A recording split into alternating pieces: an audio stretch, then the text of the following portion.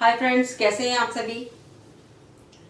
देखिए दोस्तों, जब भी हमारी चर्चा शुरू होती है तो लॉकडाउन से ही शुरू होती है, क्योंकि अब काफी समय हो गया है लॉकडाउन को चलते हुए और काफी लोगों के व्यवसाय जो है वो भी ठप पड़ चुके हैं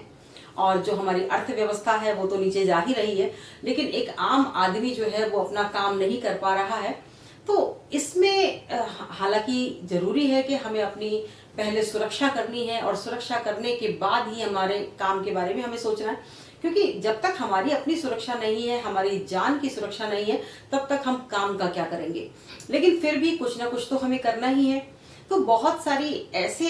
सेक्टर है जहां पर हम अभी भी अपने काम को जारी रख सकते हैं। जैसे कि हमारे जो ऑफलाइन काम जो है वो सारे अभी नहीं हो पा रहे हैं, हम अपने ऑफिसेज में नहीं जा रहे हैं, हम अपने स्कूल में नहीं जा रहे हैं, हम किसी प्रशिक्षण जो लोगों को दिया करते थे उन संस्थाओं में हम नहीं जा पा रहे हैं। तो इसका एक उपचार हो सकता है, एक उपाय हो सकता है कि हम ऑनलाइन लोगों को प्रशिक्षण दें।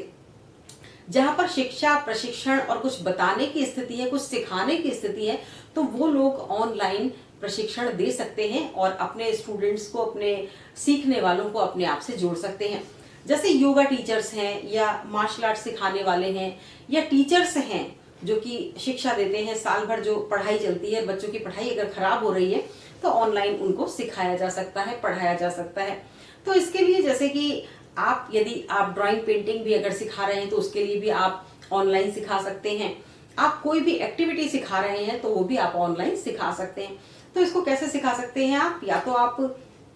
एक इस तरह से ऑनलाइन टीचिंग का ग्रुप शुरू कर सकते हैं जिसमें सभी ऑनलाइन होकर आपसे पढ़ सकते हैं, सीख सकते हैं। या फिर इसके अलावा आप अपने मोबाइल पर एक ग्रुप बना सकते हैं जिसमें सीखने वाले जो आपके स्टूडेंट्स हैं या और लोग हैं जो भी हैं, उन सबको आप उस व्हाट्सएप ग्रुप से जोड़ सकते हैं या कोई एक ब्रॉडकास्टिंग ग्रुप बना सकते हैं और उससे आप उनको जोड़ सकते हैं। इसके अलावा या तो आप सीधा सीधा उन्हें किसी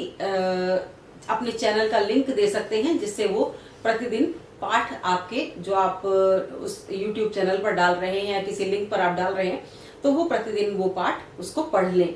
एक तो ये तरीका हो सकता है। दूसरा प्रशिक्षण का तरीका ये हो सकता है कि आप अपने ग्रुप में, जो आपने एक व्हाट्सएप ग्रुप बनाया है, बहुत सारे स्टूडेंट्स को या अभिभावकों को या बहुत सारे लोगों को जोड़ा हुआ है जो सीखने वाले हैं आपसे, तो सबसे पहले उसमें आप अपना वीडियो डालिए कि आप जो आज जो बताना चाहते हैं, जो आप सिखाना चाहते हैं, उसका आप अपना एक वीडियो बनाकर डालिए और उसके बाद लोगों से कहिए कि वो उसे देखें, समझें, सीखें। और सीखने के बाद जब वो उसको अच्छी तरह से गेन कर लें और उनको आ जाए वो काम करना, तो उसका वो खुद अभ्यास करते हुए, या तो अपनी नोटबुक में अगर वो अभ्यास कर रहे हैं तो नोटबुक की फोटो खींचकर आपके उस ग्रुप में डालें वो, और उसे आप करेक्ट कर सकते हैं। और या फिर अगर कोई फिजिकली कुछ करने की बात आती है तो वो अपना एक शॉर्ट वीडियो बनाकर आपको वापस से भेजे। तो उससे आपको पता चल जाएगा कि जो आप सिखा रहे हैं, आपके जो स्टूडेंट्स हैं, आपके जो सीखने वाले हैं, वो कितना गेन कर पा रहे हैं और किस तरह से वो गेन कर रहे हैं या किस तरह से उनको काम आ रहा है। अगर कोई करेक्शन है तो आप उसमें कर सकते हैं। तो इस तरह से, जिस तरह से कि हम लोग सामने बैठकर बच्चों को सिखाते हैं या और लोगों को सिखाते हैं, उसी तरह से हम अपने चैनल के माध्यम से या अपने ग्रुप के माध्यम से उन्हें सिखा सकते हैं। तो ऑनलाइन टीचिंग जो है या ऑनलाइन लर्निंग जो है ये रेगुलरली चलनी चाहिए और चलती रहेगी। तो देखिए, घर में बैठे हुए हम लोग जब बैठे हुए हैं, कई लोगों को लगता है कि भाई हम बोर हो रहे हैं, कोई काम नहीं है हमारे पास और जो भी हमारा सीखना था या जहाँ भी हम लोग जाते थे वो सब हमारा बंद हो गया है। तो एक प्रकार से वो इससे आपसे जुड़े रहेंगे और जो भी वो सीख रहे थे उसमें वो कंटिन्यूटी बनी रहेगी। ये नहीं है कि उन पर एकदम से ब्रेक लग गया। कहते हैं कि हम बहुत कुछ सीख रहे हैं, जब सीखते सीखते हम एकदम से रुक जाते हैं, काफी महीनों का ब्रेक बीच में आ जाता है, तो काफी महीनों में हम बहुत कुछ भूलने लग जाते हैं। तो हम ये भूले नहीं, वो जो कुछ भी आप सीख रहे हैं, जो कुछ भी आप कर रहे हैं, चाहे आप योगा कर रहे हैं, चाहे आप व्यायाम कर रहे हैं, चाहे आप फिजिकल फिटनेस के लिए कुछ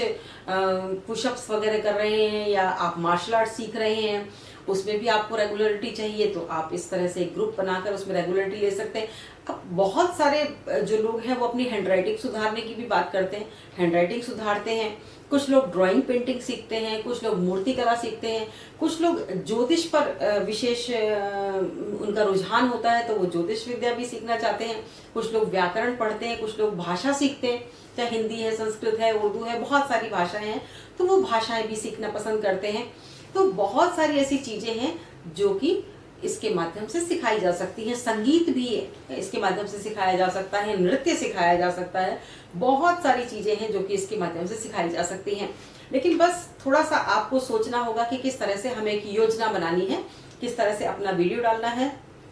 प्रतिदिन के हिसाब से हमें क्या पाठ्य सामग्री उन्हें देनी है, सीखने के लिए सामग्री उन्हें देनी है, और किस तरह से उनके सीखने के बाद हमें तय करना है कि उन्हें कितना आया, कितना नहीं आया, और किस तरह से हमें उनके इस कार्य में सुधार कार्य करना है। उनके साथ में मिलकर उनसे बातचीत करके, फोन के माध्यम से बातचीत कर सकते हैं आप, उनसे बात करके उनकी कोई समस्या है तो उसका समाधान करके और उन्हें भी अपने जो कार्यों में दक्ष बना सकते हैं। क्योंकि जैसे कि हम लोग ऑनलाइन बात करते हैं तो स्पष्ट रूप से जिस प्रकार से हम आमने सामने बात करते हैं तो वो जो बातें होती हैं, हालांकि आमने सामने में इतना अंतर होता है कि हम जब बात करते हैं तो सामने वाला भी फीडबैक तुरंत दे देता है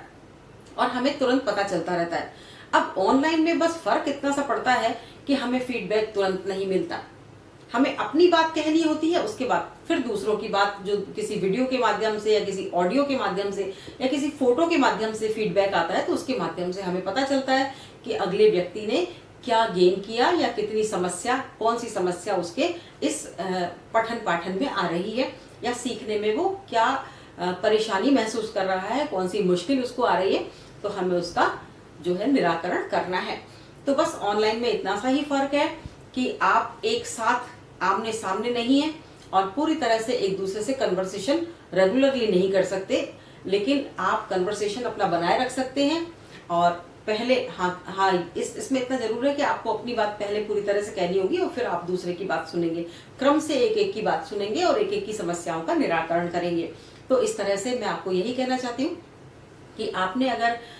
कोई क्लास खुल रखी थी या आप कुछ सिखा रहे थे या आप कुछ पढ़ा रहे थे और उसमें अचानक से लॉकडाउन के चलते ब्रेक आ गया है, तो आप फिर से ऑनलाइन अपना ग्रुप बनाकर इस तरह से आप उन सभी से जुड़े हुए रह सकते हैं। तो इसमें आपका समय भी बहुत अच्छा बीतेगा, लोगों का समय भी बहुत अच्छा बीतेगा और साथ ही हमारे इस समय का सदुपयोग भी हो जाएगा और हम बहुत कुछ गेन करेंगे, बहुत कुछ प्राप्त करेंगे, जो कि हम वास्तव में जब हमारा रेगुलर क्लासेस चलती थी उस समय हम जो प्राप्त करते थे, लगभग हम वो जो अपना टारगेट है, अपना लक्ष्य है, उसको हम प्राप्त अभी भी कर सकते हैं ऑनलाइन टीचिंग और ऑनलाइन लर्निंग के माध्यम से। तो जुड़े रहिए ऑनलाइन टीचिंग और ऑनलाइन लर्निंग के माध्यम से। मेरा भी एक जो चैनल है हिंदी संस्कृत शिक्षा, यदि आप हिंदी संस्कृत भाषा सीखना चाहते हैं तो आप इस चैनल को सब्सक्राइब कर सकते हैं और नियमित पाठ इसमें आ रहे हैं और नियमित जो भी कक्षा 6 से लेके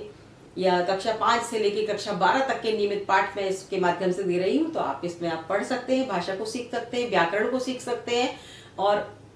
इसके अलावा ऐसे ही बहुत सारे ग्रुप्स भी हैं जिनके माध्यम से आप बहुत कुछ सीखते रहिए। तो जुड़े रहिए ऑनलाइन टीचिंग एंड लर्निंग से और अपने जो स्किल्स हैं उसको इसी तरह से डेवलप करते रहिए।